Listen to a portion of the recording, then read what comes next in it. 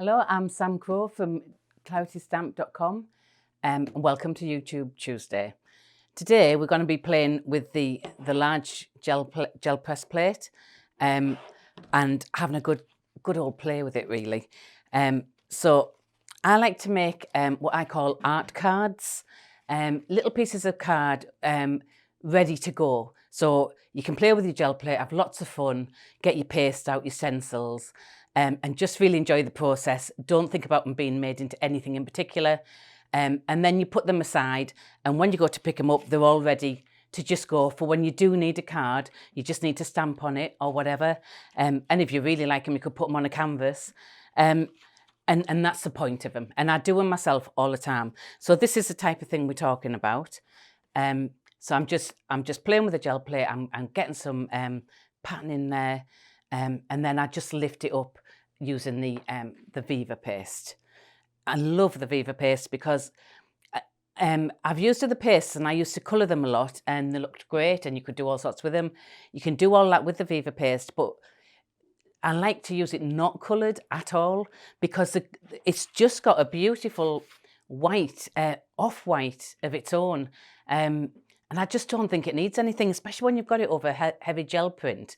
It just makes everything fall into place. So I'll stop talking, I'll get on with it. I'm going to have a good old play on here. I'm going to do some pattern transfer, some pattern embedding, and I'll just let you have a watch of it and see what I do. So, right, I'll put them samples there. And I'm going to work mostly on these two. So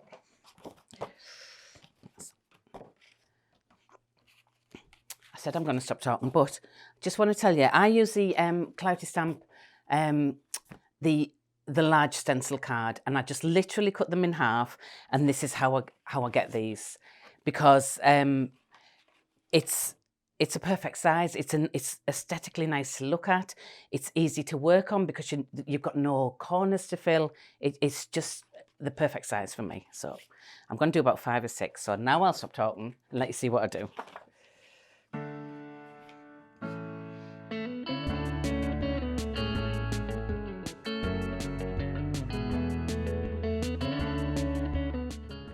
I'm going to embed some stencil pattern.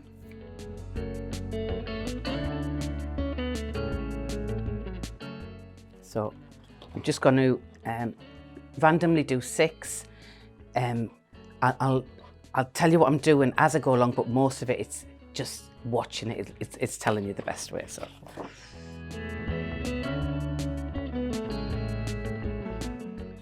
Then I bring in another colour.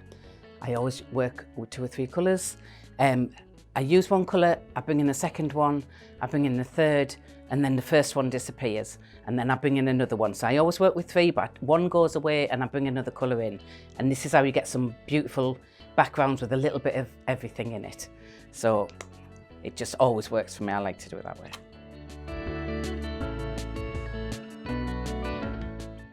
I'm embedding some pattern with the stencil.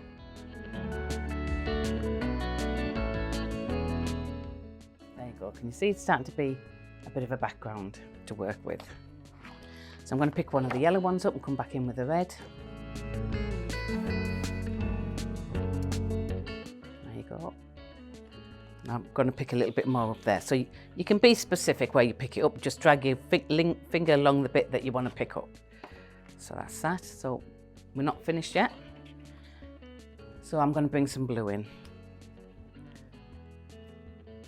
I use blue a lot because I think it always lifts up any colours that you've got. If you're using a lot of red, yellows, oranges, blue lifts it up. If you're using a lot of blues, red picks the blue up. So there's always one paint that'll counteract what you're doing because you need opposites if you want something to come forward and something to look like the background.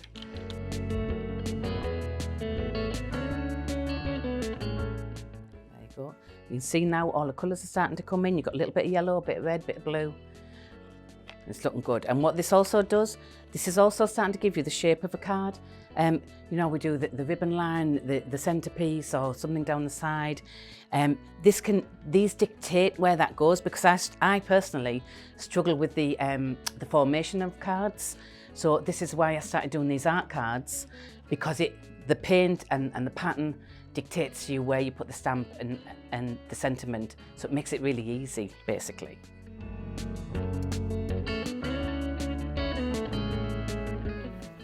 And you're having a lot of fun in the meantime, so.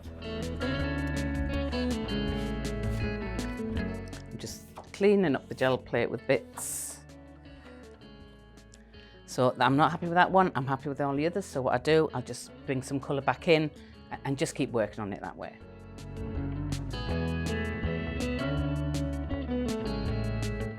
So you don't have to fill a gel plate every time. People tend to think you have to fill it every time, but you don't. You can just use parts of it. So the one I'm not keen on, I'll bring that back in, look. And I'll just keep working on it until I like it. Look at that grunginess there. And that's because I'm swapping all my colours out.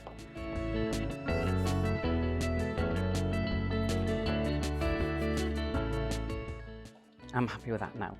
So one more method I do with this, and I'll show you now, is to do it in stripes. So you can do it 2 stripes, 3 stripes. And that, again, it sets out your format of your card, and it just helps you. If you want a birthday card, you pick it up, you think, oh, you know, oh, I put my sentiment there, I put my main stamp there. It's just really easy. You can make a card in seconds, and you've had fun making backgrounds another day, another week, whatever. I'm just using all my favourite paints. I've mixed them all in. I'm using the Vivas, the Paper Artsy. They all just work really nice together. So let's have a bit of green. What was it they say? Blue and green should never be seen except for something in between. But these days that's not quite true anyway. So I'm going to make this into a stripe, right? So I've striped it there. I don't want to lose any of those colours, and I don't want to lose that blend either. So I stop there, I'm going to come down. So you can see on the brayer that the 3 colours are in line there. So you can move them down the gel plate.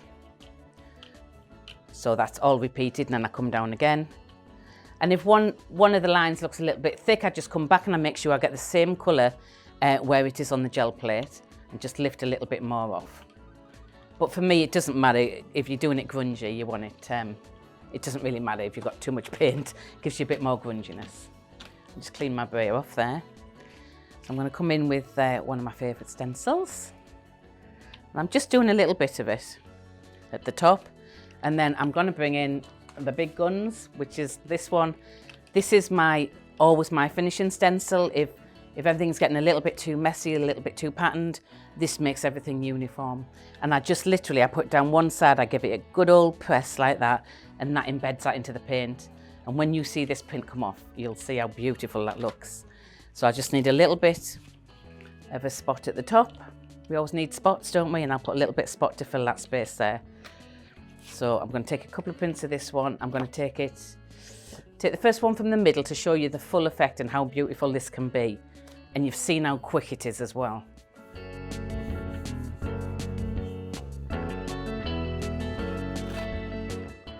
There you go. So if you look at that, you can see all the different patterns. You can see the stripes. See how the stripe gives it some sort of uniformity. I could have done it across the bottom. If I'd done it across the bottom, then it would have dictated that you maybe put a flower or whatever your image is on the top part of it. This way, it sort of dictates that you might do something tall on that side. But you don't have to think about it too much, that's the main point. So I'm going to pick up the dregs with a clean card.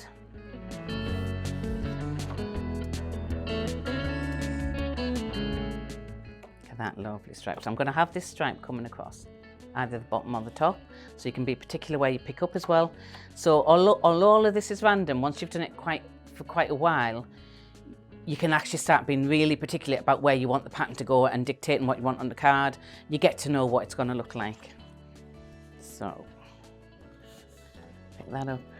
I'm going to come across the bottom. There's some nice pattern there. I'm going to pick that up across the bottom. Then I'm going to infill the middle when I put some more paint in. That's a posh word, isn't it? Is infill. Right, so I'm going to bring a little bit of red into that one.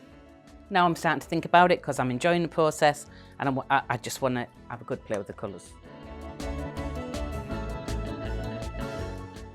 I'm going to bring this out as a centerpiece. I've never done this one as a centerpiece before, but let's see what it looks like. So I don't have to press, I don't put any pressure on this bit here because I just want to fill that bit. So I just hold that up off the gel plate slightly.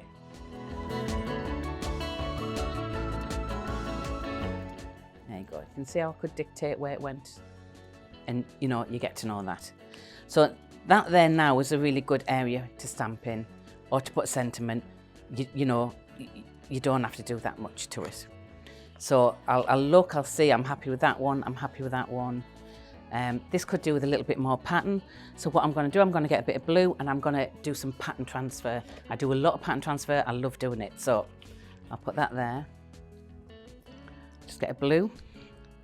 And you kind of look at them and you think, oh, that's the wrong way around or that's upside down. They kind of do it for you, but you could have it that way as well. That looks like it's a way to me. So that's the way I would use it as a card. I've got a little bit of stripe here, I may as well pick that up while I'm at it. Across the middle. There, so that adds a little bit more interest. Sometimes with the gel plate, if you keep going like this, it looks like you've spent hours and hours doing like your typical mixed media layering and whatever, and it's taking you minutes. So, you know, you can get some really, really deep effects with it. So I'm not rolling that right out because I'm going to get one of my stencils. I'll get my little, the petite dots, I love this. And I'm just going to move it from the gel plate over to the card. And if your paint's wet enough, it'll pick it up. And if it's not, then you just take the card to the gel plate. So I need it a little bit thicker than that.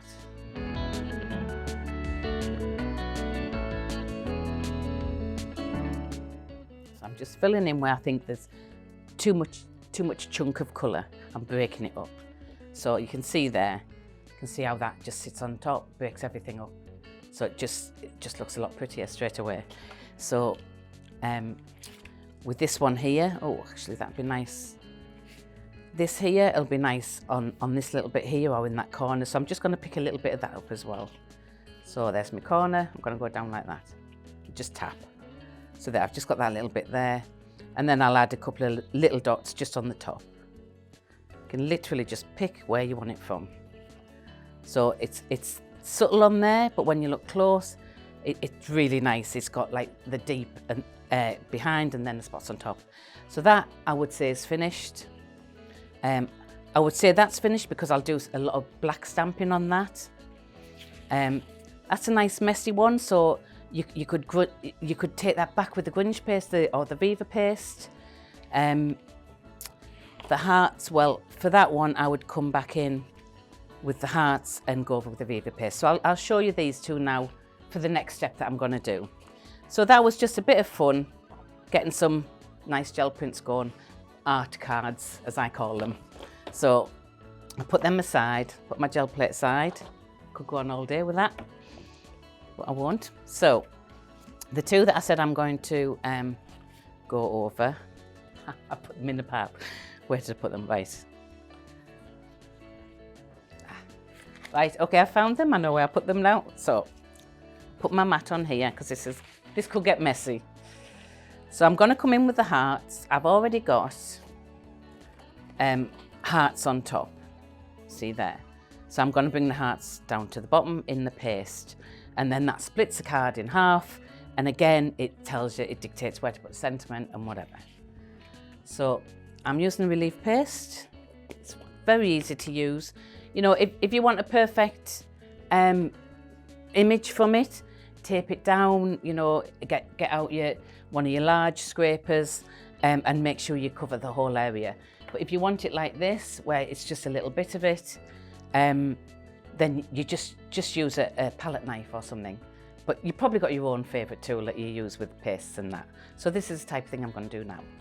So I'm just literally holding it over here. I don't expect it to be perfect. In fact, I don't want it to be perfect. Right. So I'll do it straight. I'm just going to do some of it. So where I've got a chunk of colour, that's where I want to break it up because it looks too much, it looks too solid. So I'm just taking a little bit out with a palette knife. It doesn't matter if you have too much because you're going to put it on, you're going to take it off. Probably matters more with my stencils because mine have a lot of paint on, but if it's a clean stencil, you can put it back in here. But if you get any colour in there and you put it back in there, the whole pot will be that colour by the time you finish. So if this gets dirty, don't put it back in your pot, just use it on another project. So literally look, slapping it on, just moving the palette knife around, spread it as far as I can, and then I'm going to have half finished edges and everything, which is exactly what I want. And I just lift that away, and there you go. So that makes that jump, doesn't it? And then just to balance the card, I'm going to put one big heart up here. So I'll go back in. I'm not putting the stencil right down, I'm just going to lean it over, and I'm just going to, oops.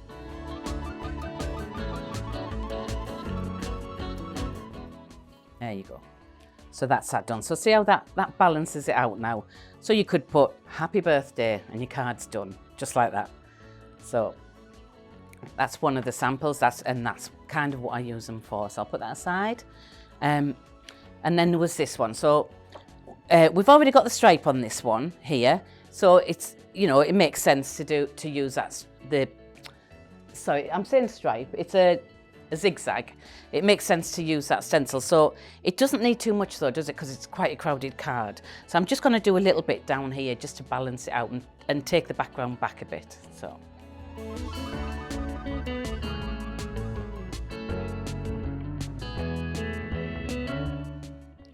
that's that, and I feel again, maybe just need a little bit down there, but I think I'll go a bit mad and just maybe do some spots instead on this bit.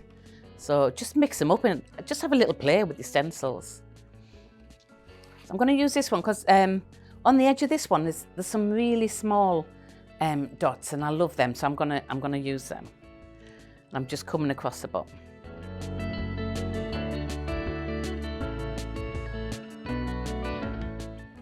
And then you get to look at it, so I'll just bring it across a little bit as if it's going off the page down there.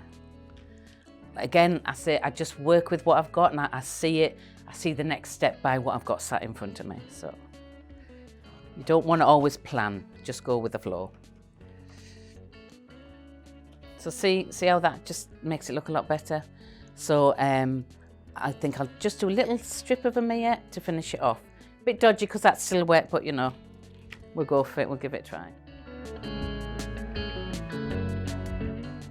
There you go. So then, there you go, you'd have a batch of cards, and you think, oh, I need a birthday card, I need an anniversary card. You pick them up, you look at which is appropriate, you've had a good play, I'll pick this up and I'll say happy anniversary, or it make a great man's card, wouldn't it really? Just a happy birthday or whatever. But that's the point of them. So it's art cards that are just made with, you know, with a bit of fun intended, and then to sit in a pile waiting to go. So I'm going to stamp one up to show you how I would finish it off, and then we're done, just like that. And you know, I could do that all day really. So you will get carried away when you're doing it yourself, because it's just a lot of fun. So this is one I made earlier. So Barbara's mat's getting a bit messy here. I'm getting a bit concerned. I'll clean it up later, Barbara, sorry. Right. So I've got actually, I've got one of Barbara Gray's special stamps. She loves this stamp, and so do I. So I'm going to give it the little boy. And if you look, it's obvious, see, he flies into that corner really well, doesn't he? And when I looked at this on here, I just thought it seems like a happy card. So I've picked out the word joy from the word chains, and I'm going to put that down there. So get out my ink pad. Grunge paste everywhere, yeah, I love it. Just make sure you've got some wet wipes with you when you do this. There you go, doesn't the black stand out lovely on top of all this beautiful colour? It's great. So I get my word. Say don't take your stamp to your ink pad, but it's my ink pad, so I can never want to. So. Right, I'm going to do joy across. I'm going to do more than one, so I'm going to start it here.